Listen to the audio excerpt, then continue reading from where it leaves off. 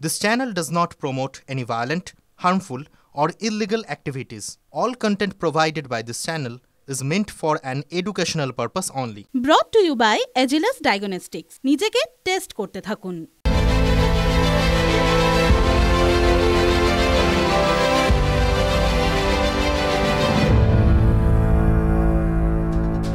আজ ছোটখাটো স্পেশালের শুরুতেই খুশির খবর। চীনকে কিস্তিমাত করে দিলেন 18 বছরের গুকেশ দম্মারাজু। দাবার নতুন বিশ্ব চ্যাম্পিয়ন ভারতের ডি গুকেশ। সবচেয়ে কম বয়সে দাবায় বিশ্ব চ্যাম্পিয়ন হওয়ার রেকর্ড করলেন চেন্নাইয়ের ছেলে। সিঙ্গাপুরে বিশ্ব দাবা চ্যাম্পিয়নশিপে বিশ্ব চ্যাম্পিয়ন ডিং লিরেনের বিরুদ্ধে খেলা গড়ায় শেষ গেমে। 13 নম্বর গেম পর্যন্ত দুজনেরই পয়েন্ট ছিল 6.5। শেষ গেমে কেল্লা ফতে করেন গুকেশ, 18 গুকেশ। তবে আমাদের রাজ্য রাজনীতির দাবার বোর্ডে খেলতে নামলে গুকেশ নিশ্চিত ফেল মেরে যেতেন, নিশ্চিত। যেমন ধরুন আজ আচমকাই রাজ্যসভায় চমকে দিলেন ডেরেক ওব্রায়ান। রাজ্যসভায় প্রবল হইচইয়ের মধ্যেই বাংলাদেশ নিয়ে প্রধানমন্ত্রীর বিবৃতি দাবি করে পয়েন্ট অফ অর্ডার আনতে চাইলেন। Sir, point of order is on rule 251. My point of order, Aribas. One second. 251. Yes, go my ahead. point of order is on rule 251, sir. Sir, I request you, through you, sir, the situation in Bangladesh. We want the Prime Minister to come and give a statement. Nothing will go on record. It's not a point of order. What is the point of order? Nothing will go on record. I'm surprised. What is the point of order? This is no point of order. ডেরেকের point of order পত্র পাঠ মাঠের বাইরে পাঠিয়ে দিলেন রাজ্যসভার chairman Jagdeep Dhankhar. কার্য বিবরণী থেকেই বাদ দিয়ে দিলেন। তুমুল হইচইয়ের মধ্যেই অধিবেশন মুলতুবি করে দিলেন জগদীপ ধনখড়। প্রধানমন্ত্রী লোকসভা রাজ্যসভাতে এসে কেন একটা স্টেটমেন্ট দিচ্ছেন না? আমরা তো সহযোগিতা জানিয়েছি ভারত সরকারের কাছে, তো প্রধানমন্ত্রী চুপ কেন? ওদের যখন ভোটের বেলায় থাকে, ইলেকশনের সময় ওরা হিন্দু করে ভোট নেয়, আর আজকে প্রধানমন্ত্রীর কাছে 1 মিনিটের সময় নেই যে রাজ্যসভাতে এসে যে সংখ্যালঘুদের উপরে অত্যাচার হচ্ছে বাংলাদেশ, সেটা নিয়ে একটা স্টেটমেন্ট রাখবেন। আমরা সদনে আজকে ওঠানোর চেষ্টা করেছি, কিন্তু সেখানে সদন বন্ধ করে দিবে। প্রতিদিন নিজেকে টেস্ট করতে থাকা উচিত, কারণ টেস্ট করেই মানুষ ফিট থাকতে পারে। তাই যখন হেলথ টেস্টের কথা আসে তখন আমি ভরসা করি India's largest diagnostics company Agilus diagnostics. নিজেকে টেস্ট করতে থাকুন। ব্যাপারটা বুঝুন। তৃণমূল পয়েন্ট অফ অর্ডার তুলতে চাওয়ায় অধিবেশন পণ্ড হয়ে গেল, আর এই অধিবেশন পণ্ড হওয়া নিয়েই কংগ্রেসের দিকে আঙুল তোলে তৃণমূল। কংগ্রেস আদানি ইস্যু সংসদে তুললেই অধিবেশন পণ্ড হয়ে যাচ্ছে, তাতে ঘোর আপত্তি তৃণমূলের। আর সেই যুক্তিতেই তো তারা কংগ্রেসের ছোঁয়াচ এড়িয়ে চলছেন। আজও সংসদের বাইরে বিক্ষোভে কংগ্রেসের পাশে অনেক বিরোধী থাকলেও তৃণমূল ছিল না। ওই যে কংগ্রেস অধিবেশন পণ্ড করে দিচ্ছে, তার সঙ্গে জুড়েছে মমতা বন্দ্যোপাধ্যায়কে বিরোধী জোটের নেতা করার দাবি। উদ্ধব ঠাকরে, শরদ পাওয়ার, অখিলেশ যাদব, লালু প্রসাদ রাও সেই দাবি সমর্থন করছেন। मैं सबको पास आभारी हूँ कि हर नेता ने मेरे को जो रेस्पेक्ट दिया है, मैं सबको लिए मैं आभारी हूँ। कांग्रेस जो लगातार प्रोटेस्ट कर रही है, आप लोग भी तो इंडिया ब्लॉक हम लोग अभी भी ये सोचते हैं कि मोदी का विकल्प कोई नाम आगामी दिन दूसरे में आएंगे तो हमारे ममता दीदी आएंगे। ममता बनर्जी हम लोगों को बता दिया हाउस चलना चाहिए, और बंगाल का बहुत समस्या है। दिल्ली सरकार बंगाल को रुपया नहीं देता। মমতা নাকি তার সাংসদদের নির্দেশ দিয়েছেন অধিবেশন চলতে দিতে হবে, কিন্তু তৃণমূলেরই পয়েন্ট অফ অর্ডার আনার চেষ্টায় অধিবেশন পণ্ড হলো। শুরুতেই বলছিলাম দাবার চালের কথা, এও তো দাবার চাল। বাংলাদেশ ইস্যুকে হাতিয়ার করে বাংলার ভোটের অঙ্ক সাজাতে বিজেপি মরিয়া। আরে তোদের উপরে আমরা নির্ভর করি না, রাজাকারের নাতি, আমাদের উপর তোরা নির্ভর করেন। মোল্লা ইউনুস, ভালো করে শুনে রাখো, হাসিমারাতে 40টা রাফেল আছে, আরো বহু জায়গায় আছে, কাছাকাছির নামটা বললাম। মাত্র 2টো রাফেলকে যদি উড়িয়ে দেয় ভারত, প্যান্টে বাথরুম করে ফেলবে ওরা। এ লড়াই ধর্ম রক্ষার লড়াই। এবারে সময় এসেছে হিন্দুদের ধর্ম রক্ষা কমিটি তৈরি করার। ইট মারলে পাটকেল দিয়ে উত্তর হবে তো? জাগো হিন্দু জাগো। মমতা ব্যানার্জির ভোট ব্যাংক কারা? Peoples knows everything. 2,75,00,000 ভোট পেয়েছেন, 50 লক্ষ ফলস ভোট আছে, 2,25,00,000 মধ্যে 2 কোটি মুসলমান ভোট। আর বিজেপি পেয়েছে 2,33,27,000 ভোট। 100% হিন্দু। তারা মমতা ব্যানার্জিকে ঘৃণা করে, হিন্দু বিরোধী মুখ্যমন্ত্রী। আর 26 সালে হিন্দু ভোট আপনি পাবেন না। আপনি একটা ভেজাল হিন্দু, আপনি হিন্দু বিরোধী।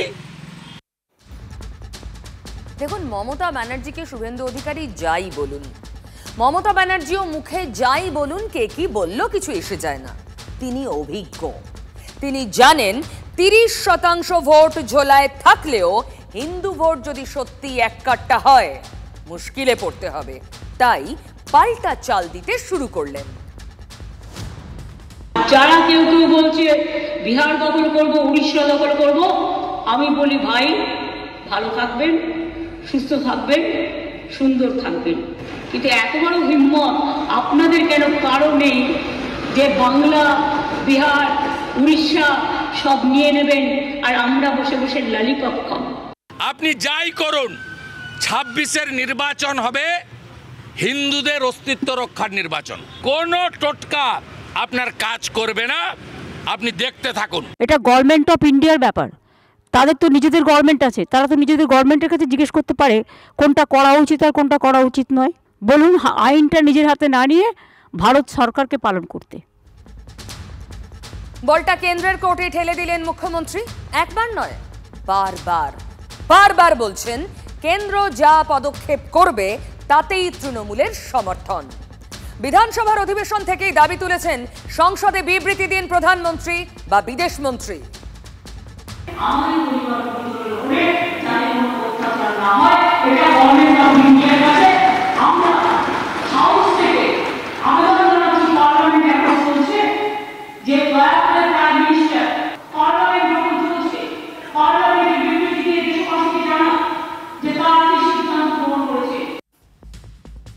আগেই সংসদে বিদেশমন্ত্রীর বিবৃতি দাবি করেছিলেন সুদীপ ব্যানার্জি, কিন্তু এখনো বিদেশমন্ত্রী বিবৃতি দেননি। এর মধ্যেই প্রধানমন্ত্রীর বিবৃতি দাবি করলেন ডেরেক ওব্রায়ান, পুরোটাই স্ক্রিপ্ট মেনে, তৃণমূলের চিত্রনাট্য মেনে, শুভেন্দুদের বাড়া ভাতে ছাই দিতে।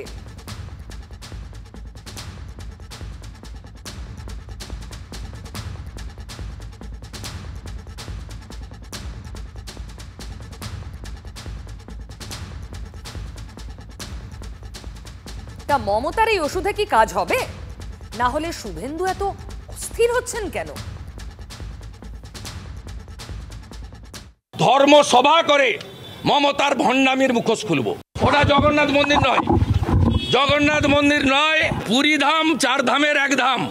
পুরী ধামকে নকল করলে হিন্দু মেনে নেবে না। মমতার ভণ্ডামির মুখোশ খুলবো। আর কোন হিন্দু রেড রোডে নামাজ পড়তে যাওয়া মমতা ব্যানার্জিকে বিশ্বাস করে না। আমার লজ্জা লেগেছে মাননীয় রাধারমন দাসজিকে দেখে। আপনার আপত্তি করা উচিত, কারণ আপনি ইসকন কলকাতার একজন কার্যকর্তা। শ্রী পুরী ধাম, তাকে অপমান করলেন মমতা ব্যানার্জি, আপনি তার সাক্ষী থাকলেন। এ দুর্ভাগ্য রাখার জায়গা থাকে না। গেরুয়া শিবিরের নেতারা অবশ্য বলছেন তাদের কোনো চিন্তা নেই, মুখ্যমন্ত্রী দুঃস্বপ্ন দেখছেন, তাই হিন্দু মন ভেজানোর চেষ্টা করছেন। উনি এত তেল দিয়েছেন একটা সম্প্রদায়কে যে আরেকটা সম্প্রদায় তাতে হড়কে গেছে, সেটা উনি এবার বুঝতে পেরেছেন। আর সেটা বুঝতে পেরেই কখনো জগন্নাথ মন্দির, কখনো বড় মা, কখনো ছোট মা, কখনো মেজ মা। আমাদের ওই একটা কি সাহা ছিলেন, তিনি ওই বড় বউ, ছোট বউ, মেজ বউ করতেন, সেই ধরনের এখন সব মন্দিরে মন্দিরে ঘুরছেন আমাদের মুখ্যমন্ত্রী। আর 26 সালে হিন্দু ভোট আপনি পাবেন না। আপনি একটা ভেজাল হিন্দু, আপনি হিন্দু বিরোধী, হিন্দুরা ইউনাইটেড হচ্ছে এই আতঙ্কে এইসব করে বেড়াচ্ছেন। দেখুন, তৃণমূল নিজের রাজনৈতিক চিত্রনাট্য মেনে প্রধানমন্ত্রীর বিবৃতি দাবি করেছে সংসদে। প্রধানমন্ত্রী কি সত্যিই মুখ খুলবেন? বিদেশমন্ত্রী কিছু বলবেন, নাকি বাংলাদেশকে এতটা গুরুত্ব দিতেই নারাজ? তবে বিদেশ সচিব বিক্রম মিস্ত্রি বলছেন, কি বলছেন? বাংলাদেশে বিক্রম দেখে ফিরে আসা বিদেশ সচিব আজ একটা ক্ষেত্রে অবস্থান স্পষ্ট করেছেন, শেখ হাসিনা। স্পষ্ট করে বিক্রম জানিয়েছেন, হাসিনার ইউনুস বিরোধিতা ভারত সমর্থন করে না।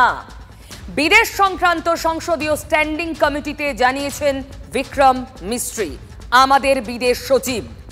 কূটনীতির হাওয়া বদল জানা নেই, তবে বদল যে হয়েছে 5 আগস্টের পর বাংলাদেশ যে বদলে গেছে, সম্পূর্ণ এক নতুন বাংলাদেশ দাবি ইউনুসের।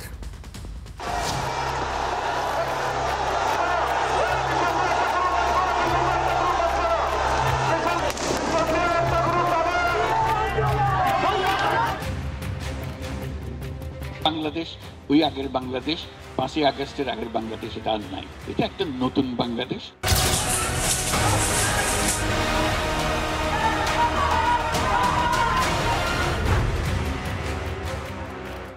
যদি মনে করেন চট্টগ্রাম নিয়ে যাবেন, ওই দিবা স্বপ্ন দেখার কোনো সুযোগ নাই। তারুণ্যের শক্তি নিয়ে আমরা এটাই বলবো, তোমরা যদি ওইটা দাবি করতে পারো তাহলে আমরাও দাবি করব আমাদের নবাব সিরাজউদ্দৌলার বাংলা, বিহার, উড়িষ্যা ফেরত দাও আমাদেরকে। আমরা দিল্লি পর্যন্ত দখল করতে বাধ্য হব। ভারত যদি আমাদের দেশে আক্রমণ করে, তাই বিড়ালের মতো শিয়ালের মতো পালিয়ে যেতে বাধ্য হবে। মনকে নিজেরা বসে ঠিক করে আমরা কি চাই। আমরা বাংলাদেশ যেরকম বদলে দিতে পারি, আমরা পৃথিবীও সেরকম বদলে দিতে পারি।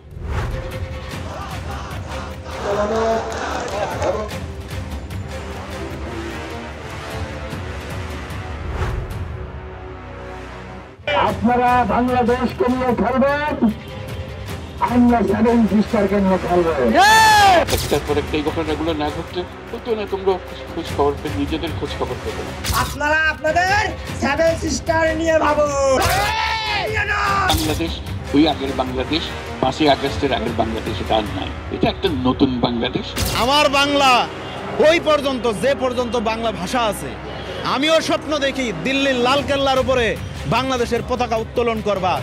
আমার কি, আমি কি চাই, কারণ তুমি যা চাও সেটাই হবে।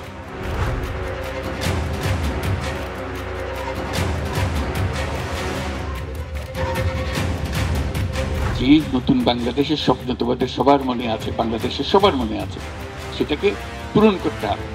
এবং যেহেতু তোমরা সে দায়িত্ব নিয়ে এগিয়ে এসছো, তোমরা এখন ছেড়ে দিয়ে চলে গেলে আবার যেমনি ছিল এমনি চলে গেলে। খেলার জন্য প্রস্তুত থাকুন, খেলার জন্য প্রস্তুত হতে হবে, খেলার জন্য প্রস্তুত থাকুন।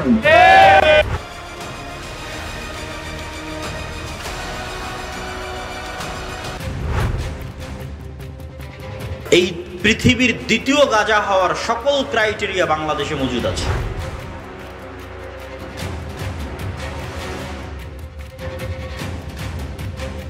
পৃথিবীর সবচেয়ে বড় কারাগারে পরিণত হয়ে যাবে বাংলাদেশ। আমাদের পার্শ্ববর্তী দেশ ভারতের আধিপত্য এবং দাসত্বের কারণে মুক্তি পাবেন কিভাবে? যত কট্টর আপনি দিনের উপর হবেন, তত দ্রুত মুক্তি পাবে। কথার ফাঁদে পা দিও না। শক্তির সন্ধান পেয়ে গেছো, শুধু চিন্তা করো যে শক্তিটা কিসের কাজে লাগবে। আমরা ওদের সাথে সরাসরি যুদ্ধ করতে চাই না, কিন্তু যুদ্ধ যদি চাপিয়ে দেয় তো আমরা পিছনেও থাকবো না, কোন অবস্থায় পিছনে থাকবো না। ইনশাআল্লাহ সেই যুদ্ধে ভারত হারবে। আমাদের যে শক্তি, সেই শক্তিটার সঙ্গে তোমরা এখন বোঝাপড়া করো কিভাবে সেই শক্তিটা কাজে লাগাতে পারবে। বাংলাদেশ ওই আগের বাংলাদেশ, 5ই আগস্টের আগের বাংলাদেশ এটা আর নাই। এটা একটা নতুন বাংলাদেশ। দিবা স্বপ্ন কাকে বলে, এই বাংলাদেশিদের কথা না শুনলে ভালো করে বুঝতেই পারতাম না এই জীবনে। ভারতবর্ষের জন্য এই বাংলাদেশ আগামী দিনে ভয়ঙ্কর ভয়ঙ্কর ভয়ঙ্কর বিপদের কারণ হয়ে দাঁড়াবে। বাংলাদেশের সংখ্যালঘু হিন্দুদের ওপর ইউনূস সরকারের প্রশাসন তার ঔদাসীন্য এবং প্রশ্রয়ে মৌলবাদীরা প্রতি মুহূর্তে যেভাবে প্রাণঘাতী হামলা চালাচ্ছে, সেদিক থেকে দেখতে গেলে বাংলাদেশকে আমরা এখন আর বাংলাদেশ বলছি না, আমরা বলছি ওটা একটা হামলা দেশ। বাংলাদেশের ভূগোল বাড়াতে চাইবে, যেমন ইসরায়েল তাদের ভূগোল বাড়াতে চাইবে, তাতে মুর্শিদাবাদকে দাবি করবে, তারা মালদাকে দাবি করবে। ইউনূস মৌলবাদীদের দ্বারাই পরিচালিত হয়ে এটা করছেন বা শাসন ক্ষমতায় অধিষ্ঠিত হয়েছেন, এটা একটা গবেষণা সাপেক্ষ বিষয়। যদি বলেন যে বিরোধী শিবিরের তৎপরতার ফলেই এই ঘটনাটা ঘটেছে, সেটা বোধহয় অনেকটা যুক্তিযুক্ত হবে। বোঝা যাচ্ছে যে বাংলাদেশের গণতন্ত্র সুর পরাহত, কবে আসবে কোনো সম্ভাবনা নেই। ভারতবর্ষের সরকার, রাজ্যের সরকার রাজনীতি না করে মিলে মিশে ভাবুন।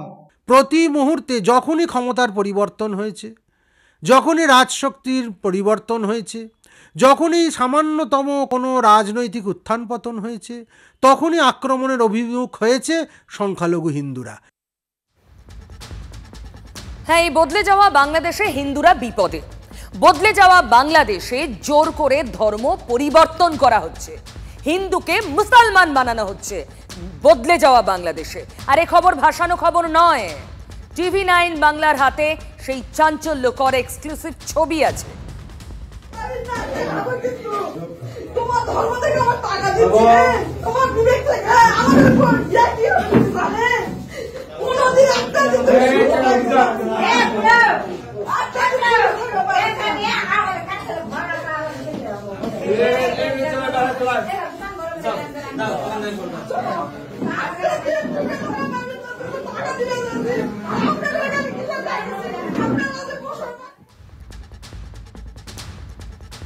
এক মহিলা প্রতিবাদ করছেন, সবাই তো পারছেন না, ভয় পাচ্ছেন। তারা সুযোগ নিয়ে রীতিমতো আদালতে বিচারকের সামনে হলফনামা দিয়ে হিন্দুদের ধর্ম বদল করানোর অভিযোগ আসছে। এটাই ইউনূসের বদলে যাওয়া বাংলাদেশ। চোখ রাঙিয়ে, ভয় দেখিয়ে বাংলাদেশকে সম্পূর্ণভাবে ইসলামিক স্টেট করা যাচ্ছে না। সারা পৃথিবীর দৃষ্টি এসে পড়ছে এই অমানবিক কাজের বিরুদ্ধে। তখন তারা একটা নতুন উপায় ব্যবহার করছে। সেই উপায়টা হলো আইনের পথ ধরে একদম হলফনামা দিয়ে ইসলামীকরণ করা। ঢাকায় হোর্ডিং লাগিয়ে দেওয়া আছে, এনজিও চলছে, যে অবশিষ্ট যারা কাফের আছে তাদের ইসলামে কনভার্ট করবার জন্য 3 মাসের কোর্স। অগ্নিসংযোগ, ধর্ষণ, খুন, তারা প্রাণ বাঁচানোর দায়ে প্রতি মুহূর্তে ধর্মান্তরিত হয়ে যাচ্ছে। কোর্টে গিয়ে শয়ে শয়ে হিন্দু ধর্মান্তরিত হবার জন্য আহ্বান জানাচ্ছে। জবরদস্তি ধর্মান্তকরণের প্রক্রিয়া রাজনৈতিক চাপে অথবা প্রশাসনিক চাপে এটা কখনোই গ্রহণযোগ্য হতে পারে না। সেটা গণতন্ত্র বিরোধী, সেটা সাধারণ শিষ্টাচার বিরোধী। পাকিস্তানে যেমন কনভার্সন চলছে, বাংলাদেশে এটা হবে, এটা অনেক আগে বলেছিলাম এই কথা। কারণ এটাই মৌলবাদ, মানবতার কলঙ্ক বলে আমি মনে করি। এটা ইসলামকে অপবিত্র করছে, মুসলমান ধর্মকে অপবিত্র করছে। আমরা এটাই আশা করি যে interim government of Bangladesh action নেবে। জোর করে হিন্দুদের মুসলমান বানানো মিডিয়ার প্রোপাগান্ডা, এটাও অতিরঞ্জন। কি বলবে ইউনূস আর তার প্রশাসন? শুনুন আরো কয়েকজনের কথা। অনেকেই ওই যে হিন্দু ধর্ম ত্যাগ করে মুসলিম ধর্ম গ্রহণ করছে, হয়তো বা তাদের পেশা ক্রিয়েট করছে, তারা স্বেচ্ছায় না গেলেও মানে চাপে পড়ে অনেকে চেঞ্জ করছে। আমার তো মনে হয় না তারা স্বেচ্ছায় যাচ্ছে। ভদ্রতা ভাঙতেছে, ধর্ম পাল্টায় লাও, তোমরা হিন্দু হয়ে যাই, আমাকে মোবাইল দেখতে শুনছি, এই তোমাকে ধর্ম থেকে আমাকে মুসলমান ধর্ম পালন করো। লাভ জিহাদের ফাঁদে পড়ে এই কাজগুলো করা হচ্ছে। তাদেরকে ধর্মান্তরিত করার জন্য একটা হিন্দু মেয়ের সাথে একটা সম্পর্কে জড়ালো, তারপর তাকে বিয়ে করলো, 6 মাস পরে ডিভোর্স দিয়ে দিল। এটাই হচ্ছে লাভ জিহাদের মূল ফাঁদ, যেটা বর্তমানে দেখা যাচ্ছে। চট্টগ্রামও এরকম এই বছরের মধ্যে না হলে 15টার উপর ধর্মান্তরিত হওয়ার মতো ঘটনা ঘটেছে। তাহলে এবার 64 জেলায় যদি আপনারা জরিপ করে দেখেন, তাহলে অসংখ্য 2000+ এরকম ঘটনা আপনারা দেখতে পাবেন, যেটা সম্পূর্ণ পূর্ব পরিকল্পিতভাবে হচ্ছে এবং স্বেচ্ছায় কোনো কিছুই হচ্ছে না। যখন মৌলবাদ মাথা চড়া দিয়ে ওঠে আর প্রশাসন চুপ করে থাকে, বুঝে নিতে হয় প্রশাসন প্রশ্রয় দিচ্ছে মৌলবাদকে। পরিসংখ্যানই বলে দিচ্ছে বাংলাদেশে হিন্দু কমছে। সবাই তো সীমান্ত পেরিয়ে ভারতে ঢুকে পড়ছে না। জলে থেকে কেউ কি কুমিরের সঙ্গে লড়তে চায়? ভিটে মাটি সবাই ছাড়তে চায়? হয় ধর্মান্তকরণ করা হয়েছে, নয়তো তারা দেশ ছাড়তে বাধ্য হয়েছে।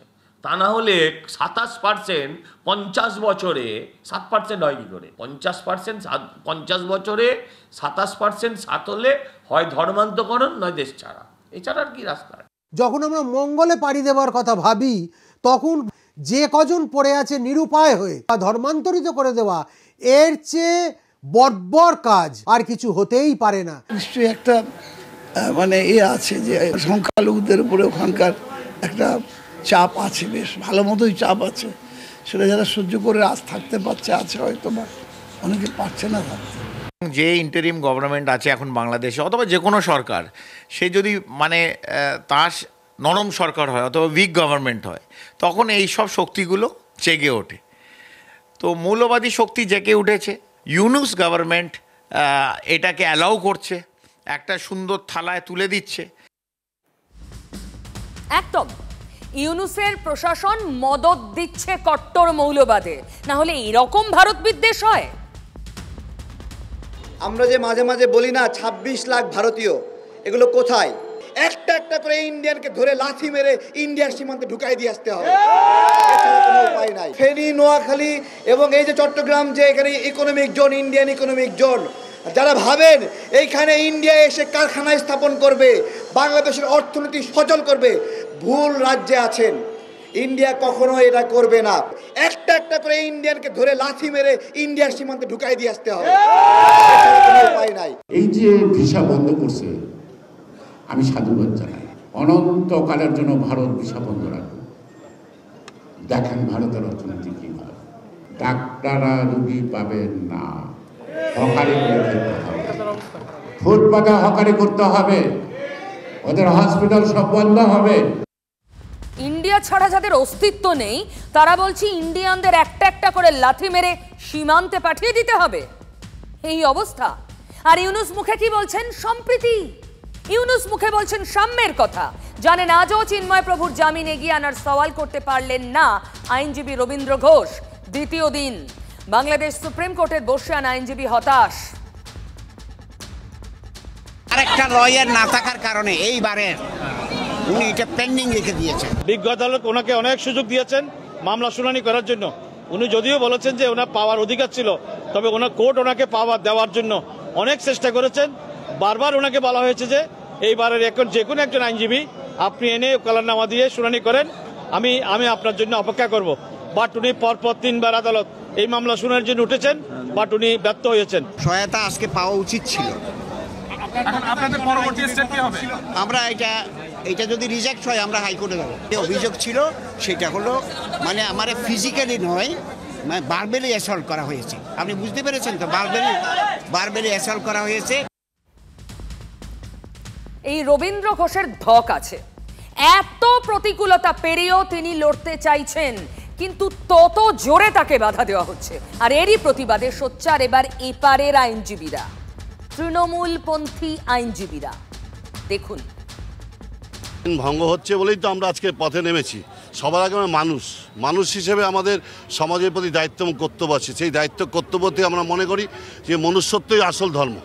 আমরা মনে করি যে কোনো সাম্প্রদায়িকতার বিরুদ্ধে আমাদের লড়াই। চিন্ময় কৃষ্ণ দাস সন্ন্যাসী, তাকে গ্রেপ্তার করার পরবর্তীতে চট্টগ্রাম আদালতে তার হয়ে যে আইনজীবী আদালতে জামিনের সপক্ষে সওয়াল করার জন্য পৌঁছেছেন, তাকে শারীরিকভাবে হেনস্থা বা নিগ্রহের শিকার হতে হয়েছে।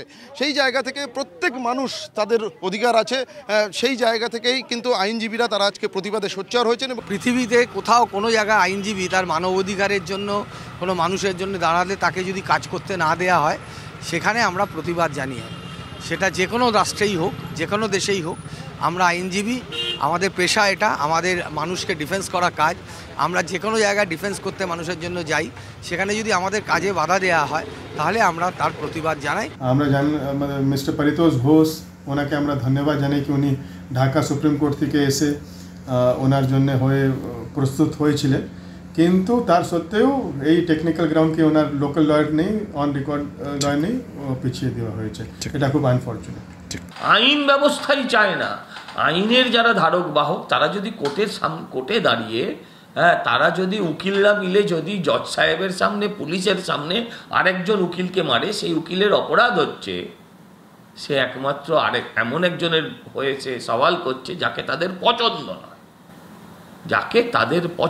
নয়, তার জন্য যদি তাকে মারা হয়, তার থেকে আর কি নিকৃষ্ট কাজ কি হতে পারে। দেশের মন্দির, মসজিদ, গির্জার সমীক্ষায় স্থগিতাদেশ শীর্ষ আদালতের।